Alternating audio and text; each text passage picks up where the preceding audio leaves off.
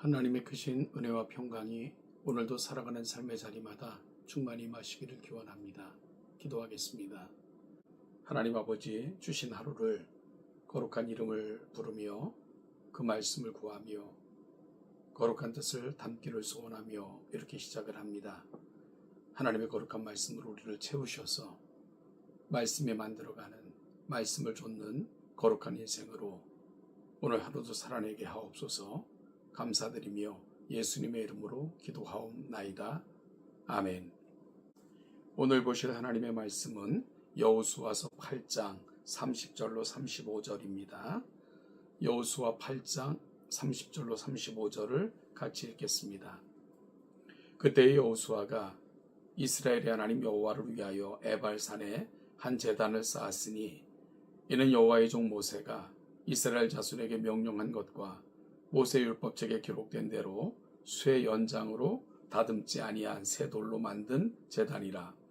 무리가 여호와께 번제물과 화목제물을 그 위에 드렸으며 여호수아가 거기서 모세가 기록한 율법을 이스라엘 자손의 목전에서 그 돌에 기록하매 온 이스라엘과 그 장로들과 관리들과 재판장들과 본토인뿐 아니라 이방인까지 여호와의 언약궤를 맨 레위 사람 제사장들 앞에서 궤의 자유에 서되 절반은 그리심 산 위 앞에 절반은 에발 산 앞에 섰으니 이는 전에 여호와의 종 모세가 이스라엘 백성에게 축복하라고 명령한 대로 함이라.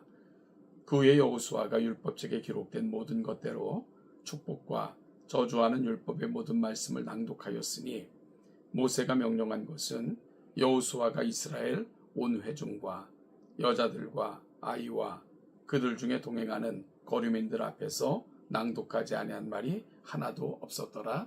아멘. 가나안 정복은 하나님께서 모세에게 주신 명령을 성취하는 과정이자 이스라엘 백성이 가나안 땅에 정착하고 하나님의 나라를 건설하는 중요한 단계였습니다. 오늘 본문은 이제 여리고 전투와 아이성 전투를 마친 여호수아가 조금은 생뚱맞은 명령을 하는 장면입니다. 여호수아는 아직 전쟁이 다 끝나지 않은 상황에서 모든 백성들을 이끌고 에발산으로 향한 것입니다. 에발산은 아이성으로부터 37km 북쪽에 위치해 있는 산입니다. 에발산과 그리심산은 세겜을 중심으로 남과 북에 위치해 있습니다. 북쪽에 에발산이 있고 남쪽에 그리심산이 있습니다. 왜 여호수아는 전쟁 중에 백성들을 이끌고 에발산과 그리심산이 있는 곳으로 이동했을까요? 여러분, 전쟁이든 경기이든 승기를 잡았을 때 밀어붙여야 승산이 있는 것인데 갑자기 모든 이스라엘 사람들을 이끌고 에발산으로 간 이유가 무엇일까요? 오늘 성경에서는 여호와의 종 모세의 명령에 따른 것이라고 말씀하고 있습니다. 여호수아서 8장 30절 31절을 보면 그때 여호수아가 이스라엘의 하나님 여호와를 위하여 에발산에 한 제단을 쌓았으니 이는 여호와의 종 모세가 이스라엘 자손에게 명령한 것과 모세 율법책에 기록된 대로 쇠 연장으로 다듬지 아니한 새 돌로 만든 제단이라.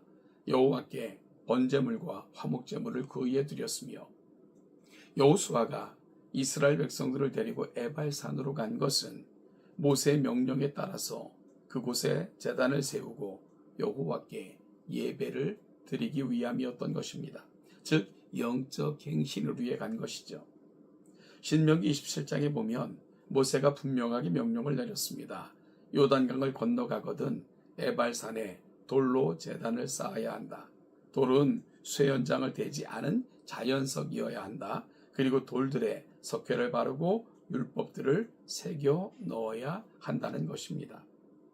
신명기 27장 4절부터 5절입니다. 너희가 요단을 건너거든 내가 오늘 너희에게 명령하는 이 돌들을 에발산에 세우고 그 위에 석회를 바를 것이며 또 거기서 내 하나님 여호와를 위하여 제단 곧 돌단을 쌓되 그것에 쇠연장을 대지 말지니라. 그래서 여호수아와 이스라엘 백성은 요단강을 건너 여리고성을 무너뜨리고 아이성을 정복한 후에 에발산으로 돌 제단을 쌓기 위해 간 것입니다. 오늘 본문에서는 이스라엘 사람들이 크게 둘로 나눠서 언약궤를 중심으로 절반은 그리심산 쪽에 서고 나머지 절반은 에발산 쪽에 서서 여호수아가 읽어주는 율법의 말씀을 들었습니다. 신명기 27장에 의하면 그리심산에는 시몬, 레위, 유다, 이사갈, 요셉과 베냐민 지파가 섰습니다. 에발산에는 루벤, 갓, 아셀, 수불론, 단, 납달리 지파가 섰습니다. 여호수아가 읽은 말씀은 크게 두 종류가 있었습니다. 하나는 축복의 말씀이고 다른 하나는 저주의 말씀이었습니다. 그날 여호수아가 낭독하지 않은 말씀이 하나도 없었고 그 말씀을 듣지 않아도 되었던 사람도 아무도 없었다라고 말씀합니다.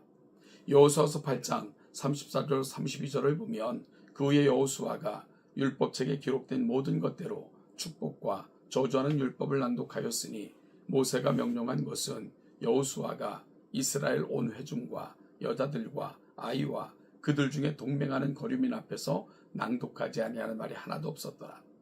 결국 오늘 본문을 통해 우리가 확인해야 할 부분이 있습니다.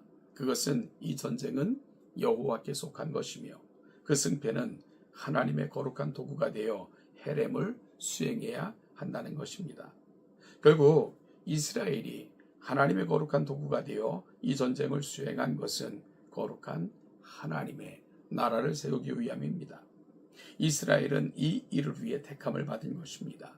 따라서 이들이 이 목적과 의미를 놓치지 않고 지키기 위해서는 그 무엇보다도 여호와의 율법을 먼저 알고 깨닫고 듣고 읽고 그 여호와 앞에 그들의 마음을 드리는 것입니다.